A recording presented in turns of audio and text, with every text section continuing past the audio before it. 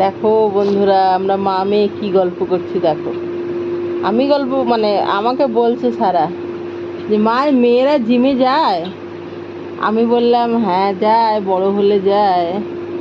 তখন বলছে আমরা তো জিমে ভর্তি হতে পারবো না, আমাদের কাছে তো এত পয়সা নেই।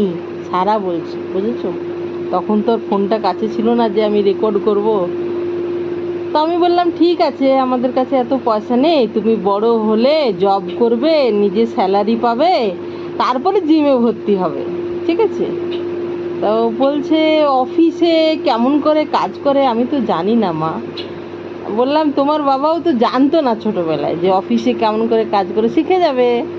তারপরে একদিন আমাকে বলছে যে তাহলে রাস্তাটা পার করবো কি করে মা, আমি একা একা যখন অফিস যাব, রাস্তাও কেমন করে এত ভিড় পার করবে বলো। কিন্তু তখন তো তুমি বড় হয়ে যাবে, অফিসে যখন যাবে তো রাস্তা এমনিতেই পার করতে পারবে তুমি।